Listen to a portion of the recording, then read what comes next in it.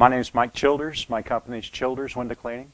I've been in business 32 years. I grew up here in Dallas. We specialize in residential work.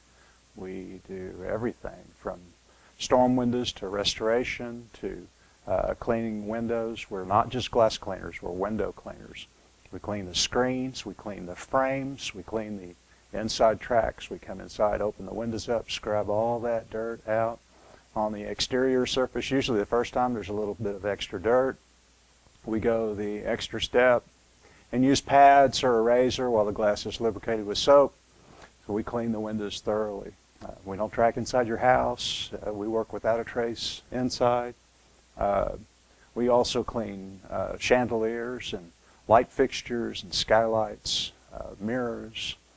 We clean rain gutters on the outside. We pressure wash. We clean patios, facades of homes, front fascias around the entrance, barbecues, pool decks, all of this type of thing. And we're a small company. I have 2 crews that work for me. My 2 lead men have been with me a long time. One man's been with me 13, 14 years, and I've got another man that's been with me about 5. So happy to serve and ready to do some cleaning.